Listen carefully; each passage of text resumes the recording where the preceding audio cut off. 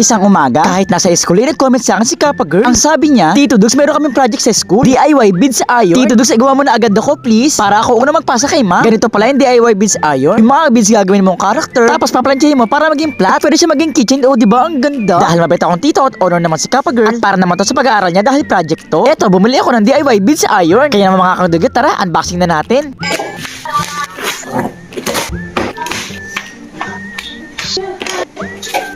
So mga kadigat ay napala yung mga laman niya. Ito yung pangplansya. Ito yung pambubuo. Dito natin ipapatong yung mga beads para makabuo ng karakter. Ito yung tatlong plastic. Ito yung mga instructions. Ayan, andito yung mga karakter na pwede nating paggayahan. Ito naman yung mga gamit.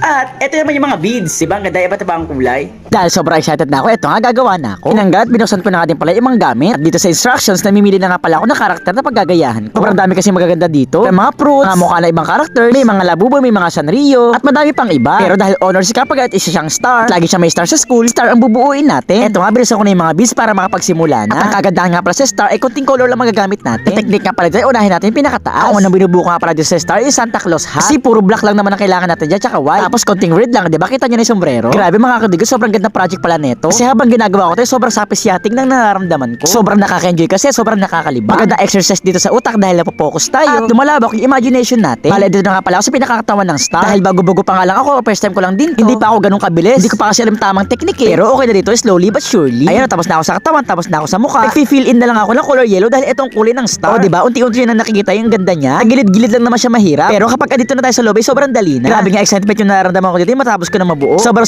worth it ngayon na natapos ko na. At sinin, ayan nga, natapos ko na. O diba, kamukha naman siya nung nasa instructions. Gayang-gaya ko naman, diba? Ang dami ko nagamit na color yellow beads. Pero kita nyo naman, dami pang natira, diba? Bali, andito na nga pala tayo sa pinaka-last step. Papatungan nga pala natin to ng plastic para mag-start na tayo magplansya. Speaking of plansya, ito nga pala yung plansya maliit. Ang gagawin natin, ipapatong na natin tong plansya. Pagkatapos kapag mainit na, pwede natin to igalaw-galaw na ng konti. Ang mangyayari kasi dito, mapapalat na yung mga beads. Hindi na siya magiging bilog-bilog. Ayan o, nakikita nyo na ba yung pagbabago? Hindi na siya bilog-bilog, diba? Flat na siya at sobrang madikit na. At tanan, ito na nga, tapos na tayo magplansya at pwede natin tanggalin sa plastic. Wow, o diba? Sobrang cute itong star. Ito na, meron ng project si Kappa Girl. Sigurado ako pag nakita niya to, tuwang-tuwa. Sobrang ganda nagpagagawa ko ng project. Sure ako, honor na naman siya sa school.